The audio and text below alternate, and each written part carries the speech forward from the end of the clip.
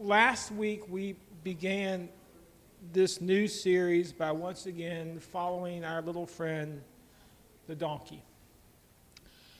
And we followed the donkey into the knowing donkey, learning how to know the heart of God. Today we're going to continue that journey because truly knowing God's heart always leads to showing God's heart. And few things reveal God's heart more clearly than one word: forgiveness. Yeah, this is a deep breath kind of sermon. We're going to be in a familiar story. We're going to be with Joseph. We're going to be in Genesis chapter 42, so let me encourage you. Grab a copy of the Bible, whether it be on your phone, whether it be one you brought with you, whether it be one that you pull out of the rack in front of you, but grab your copy of the Bible, and you can begin getting to Genesis chapter 42. I will join you in a moment because I want us to remember how we got here. Because every road of forgiveness begins with an idea of brokenness. Joseph's brothers betrayed him, threw him into a pit, and sold him into slavery. After he got there, his time in Egypt led him to be falsely accused and forgotten in prison, wasting years, not days, not months, not weeks, wasting years of his life. But you know what? God was with him. And God worked things through it, and now he is second command in the nation and kingdom of Egypt. And as things happen, now there is a famine that strikes not only Egypt, but all of the land around Egypt. Deep breath. And the same brothers who wounded him are now coming to him for help. And that's what brings us to Genesis chapter 42. It's the moment Joseph's past walks back through the door. And in this reunion, God begins to reveal that forgiveness doesn't happen in a moment. It unfolds through a process that moves through pain, testing, grace, and brokenness. And that's the journey we're going to take today. We are going to start with that very moment. I am going to be in Genesis chapter 42, verse 8, and we're going to start in that very moment that Joseph is forced. He didn't choose it. He is forced to face the pain.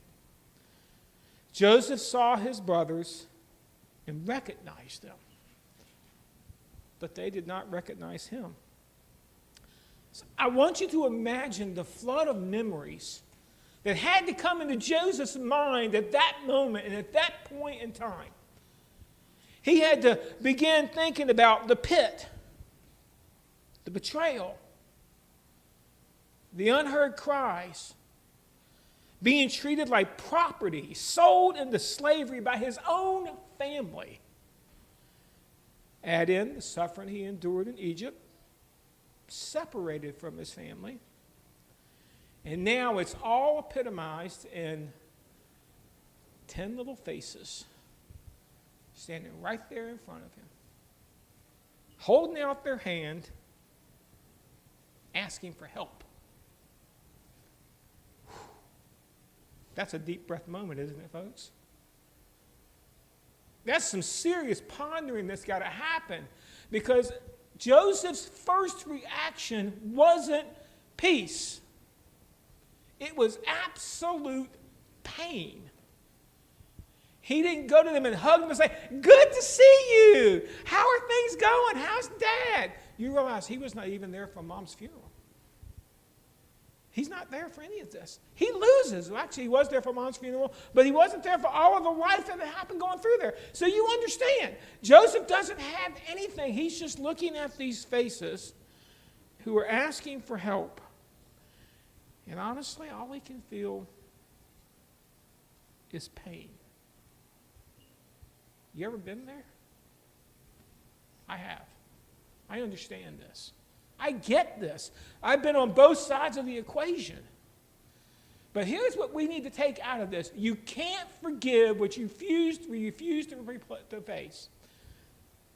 God can't heal what you refuse to hide. Forgiveness is like cleaning a wound. If you never uncover it, infection sets in.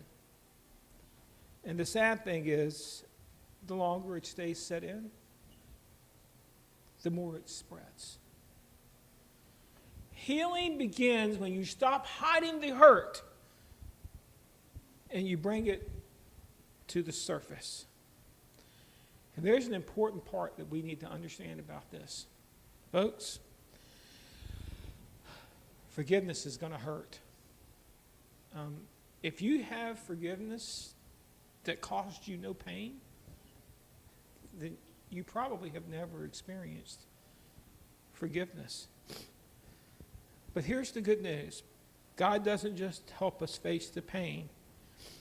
He refines our heart through moments of testing. I've now dropped down to verses 19 through 20, and this is what it says. If you are honest men, so this is now Joseph talking with his brothers, and remember, he gets who they are. They have no idea who Joseph is. If you are honest men, let one of you stay here in prison, not the palace. He's not offering a slumber party. Okay? You guys are going to go back, and your brother is going to stay in prison while the rest of you go and take grain back to your starving households. But you must bring your youngest brother to me, so that your words may be verified, that you may not die. This they proceeded to do. When one looks at these verses, they honestly can seem a little confusing and very contradictory to this idea of forgiveness. Joseph doesn't reveal himself right away. Does that mean he's being deceptive? Joseph accuses them of being spies. Is he manipulating them? He places all of them in custody for 3 days before these verses appear on the scene.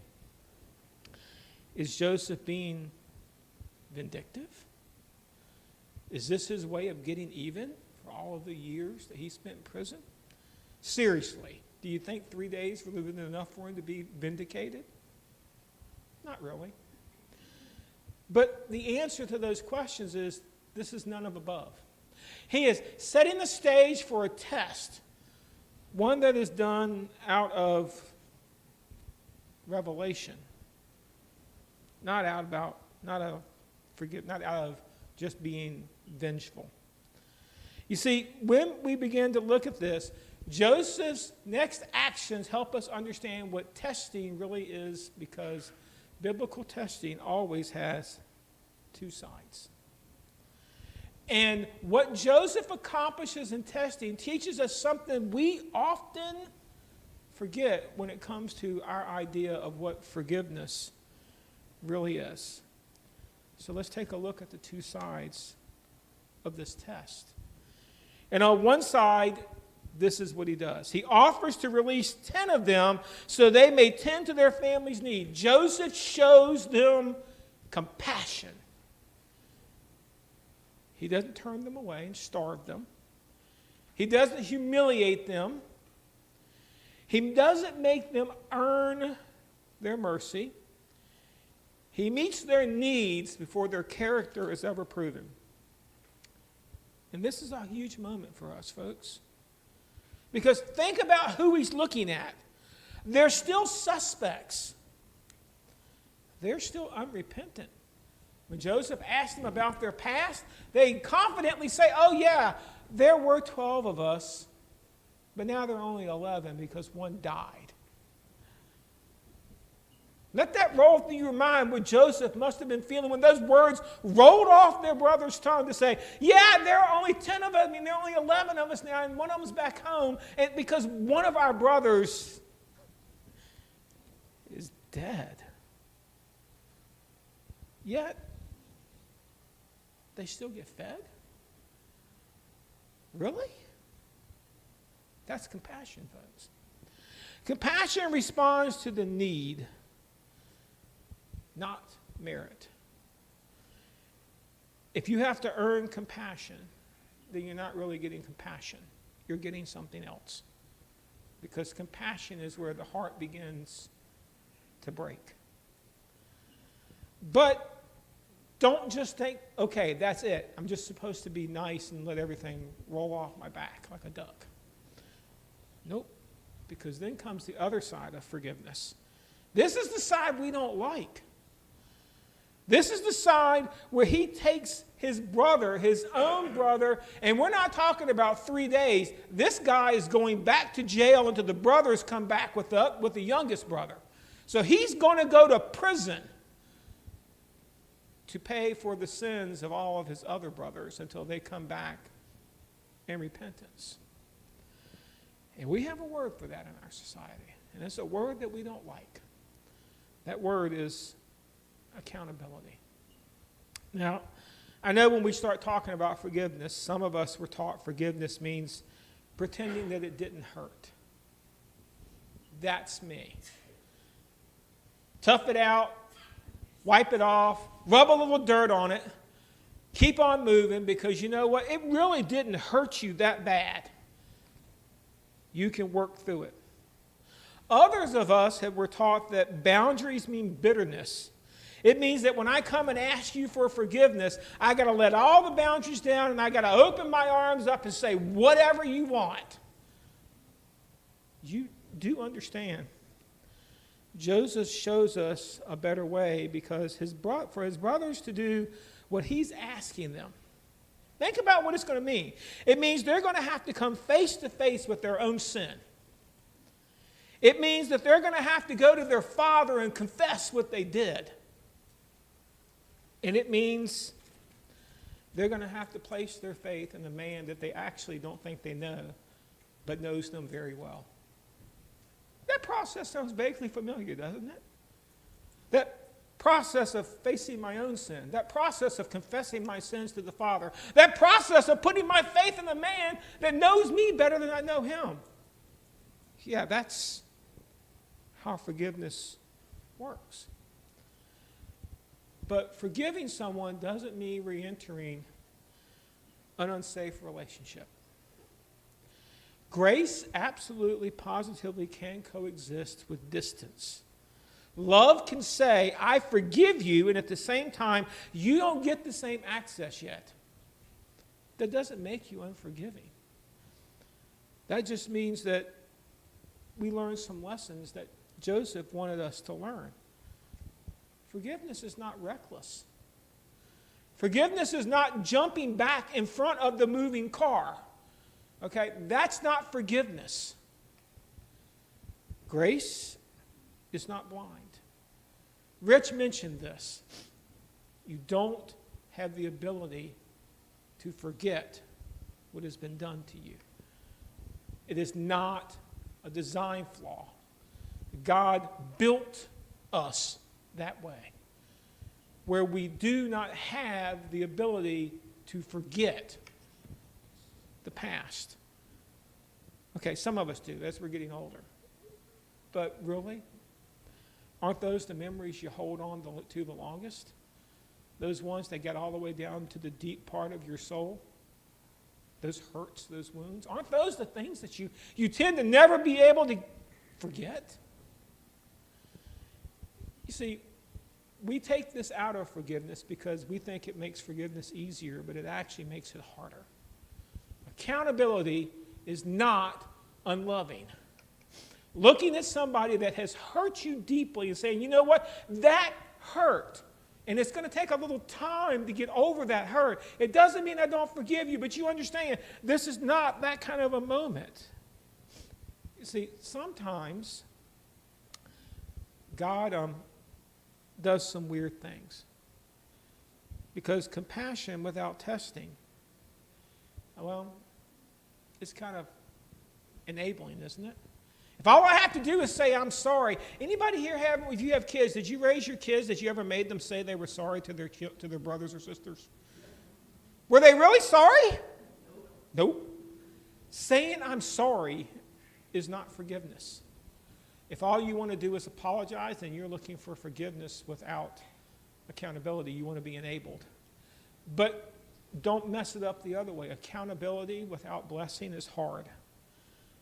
It just keeps you in that same place. Because testing, well, it's an important moment. Testing is that moment when we get to see what time alone cannot heal. Proverbs chapter 17, verse 3 says, the crucible for silver and the furnace, the crucible for silver and the furnace for gold, but the Lord tests the heart. So sometimes this testing is because God is testing the person that has offended you. Sometimes that testing is because God is testing your heart to see if you're ready. Because it's got to work together. Sometimes, I hate this, God opens old wounds to show us what truly healed and what still being held. That's God. Forgiveness isn't pretending that it never hurt and that it never happened. It's letting God prove what the heart He's restored, or the one that we have failed to let Him.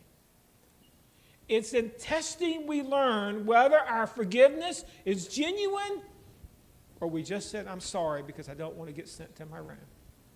I just said I'm sorry because you know what? I feel guilty about what I do, and I'm tired of feeling guilty, so I'm just going to apologize, and that makes it all better. That's not God's model for this word that we use, forgiveness. You see, once testing reveals the heart, then God invites us to make a choice. We can keep holding,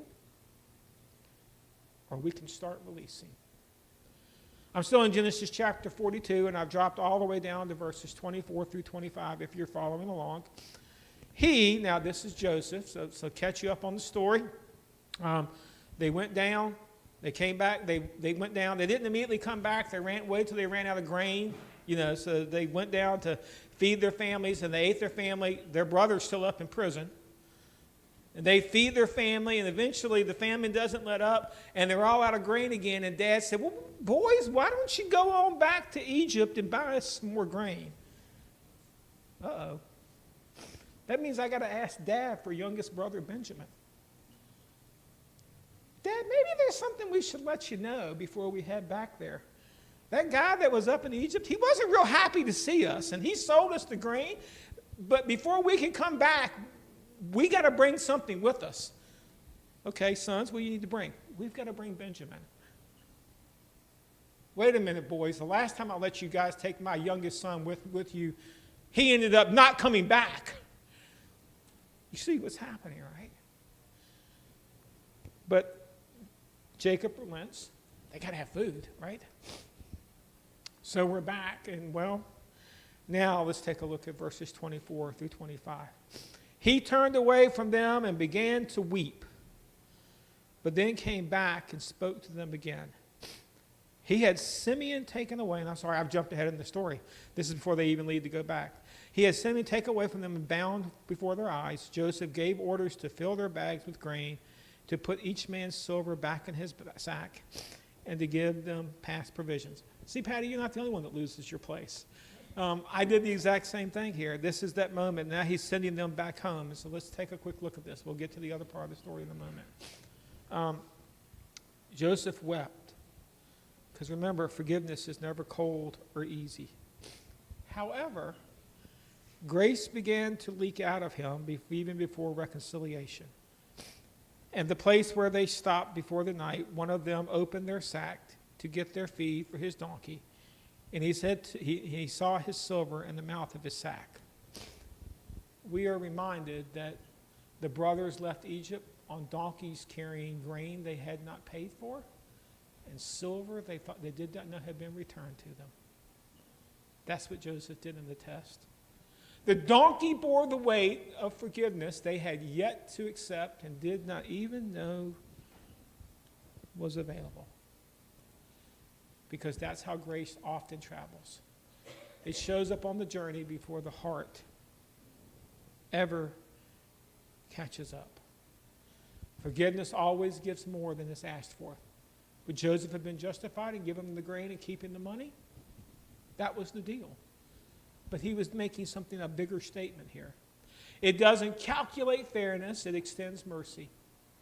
Sometimes forgiveness begins with nothing more than a simple act of kindness, a prayer for the one who hurt you, a blessing for the one who wrongs you. It's sort of like releasing a clenched fist. You don't realize how tense you were until you actually let it go. And when you act in grace, your heart begins to follow, because grace doesn't rush. It waits to see what happens, what God will do with a broken heart. Even in grace, Joseph continues to hold Simeon. He's going to prison, reminding that forgiveness doesn't erase accountability. It begins to test whether there is true repentance. So now we're to where I skipped forward to.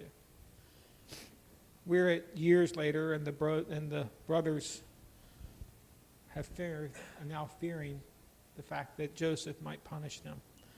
They came, they went, they brought back. Forgiveness was granted to them. We're now years and years and years have passed. And I'm sure Joseph thought everything is all good. But then it happens. Dad dies. So the brothers begin to think to themselves, what if? And we hear these words. When Joseph's brothers saw that their father was dead, they said, what if Joseph holds a grudge against us and pays us back for all the wrong that we did? Wow. What if? What if Joseph was faking it all these years? And yeah, he asked us to bring Benjamin, and we did everything that he asked us to do, and he did all of that stuff, and he put on a really good show, and we thought it was all forgiveness, and we thought everybody... But now things have changed, because he might have been doing that just because of Dad. So we find out something about forgiveness. Joseph's brothers have been living for years under the offer of forgiveness that they never accepted.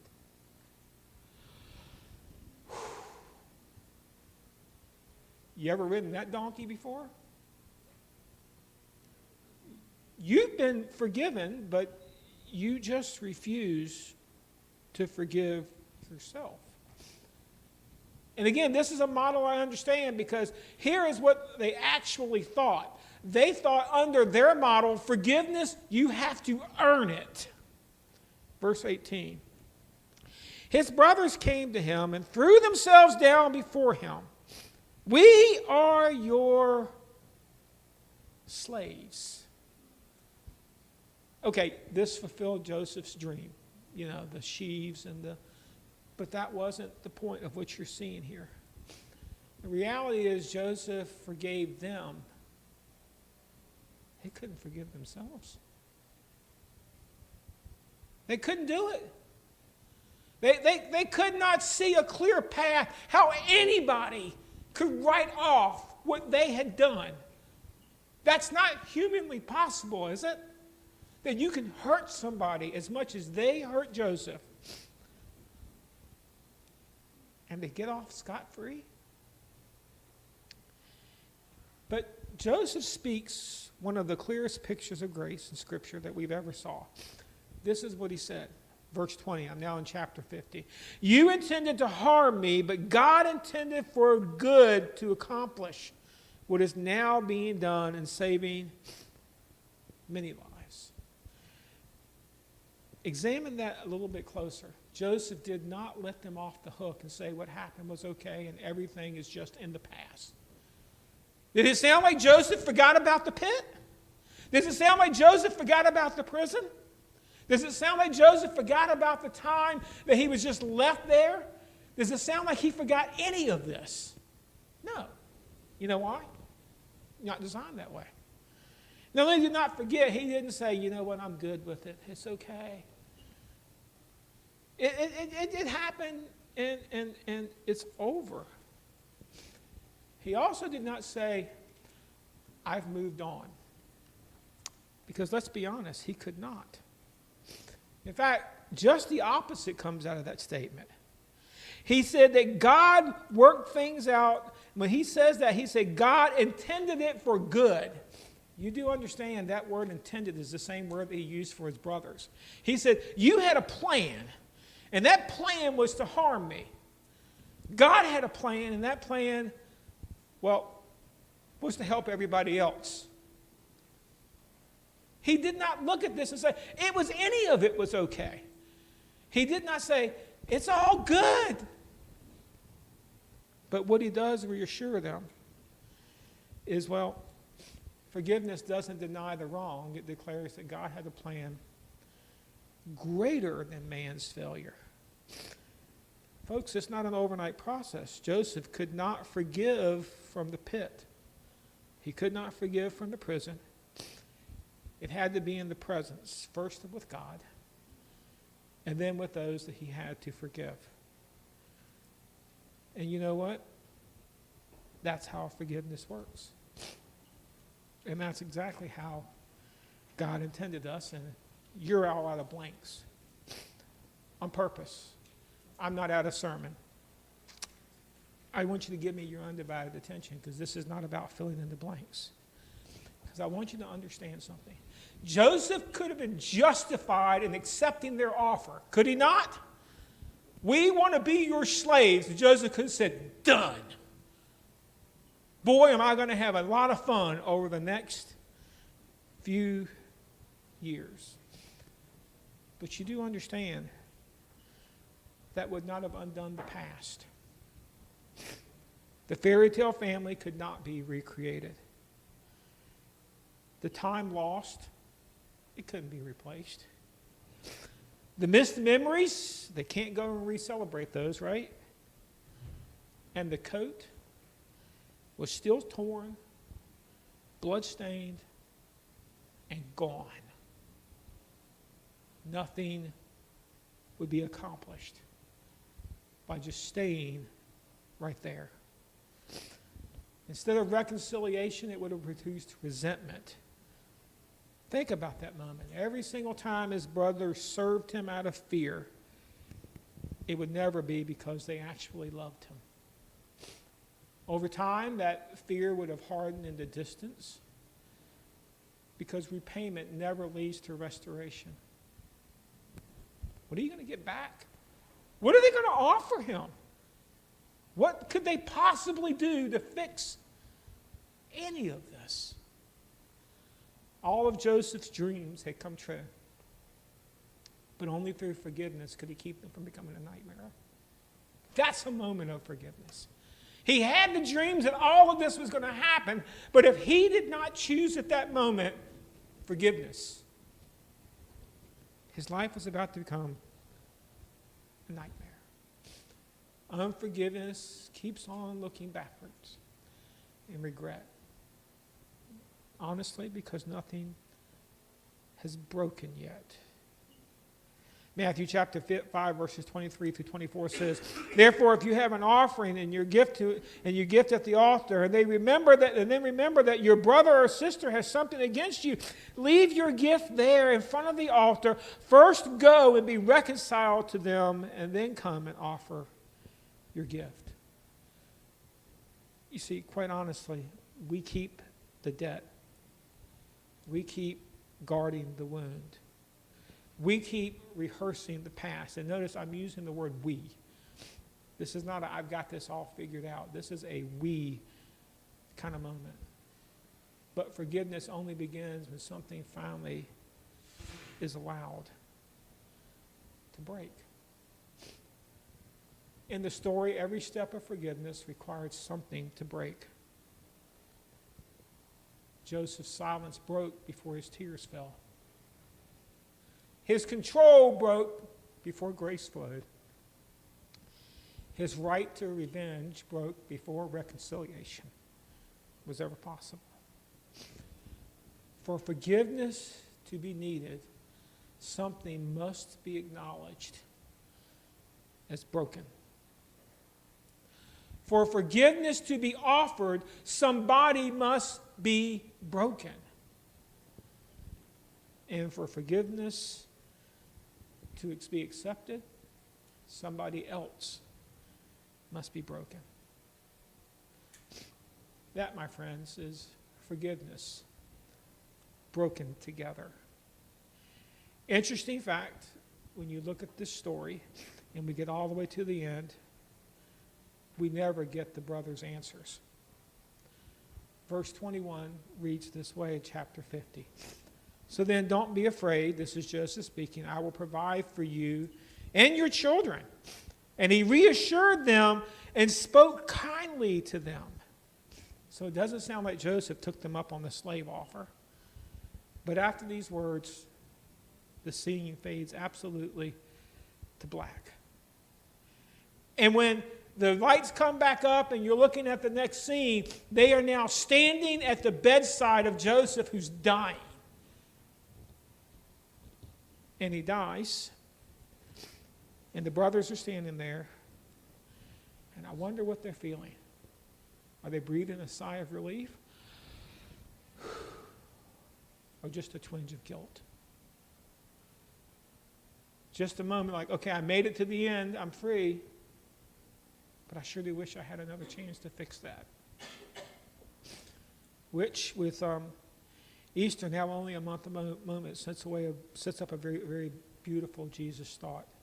When you come here on Easter, are you coming to the tomb to see a grave or find forgiveness? Why did you come to the tomb in the first place? Was it to see the grave and the spectacle? Or was it for forgiveness? So, for today, something to think about going home.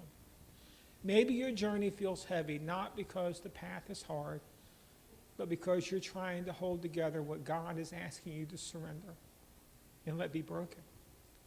You're trying to keep the pieces cohesive in your life, and God's like, you're just going to have to let them break. Because forgiveness cannot be experienced unless brokenness begins to happen.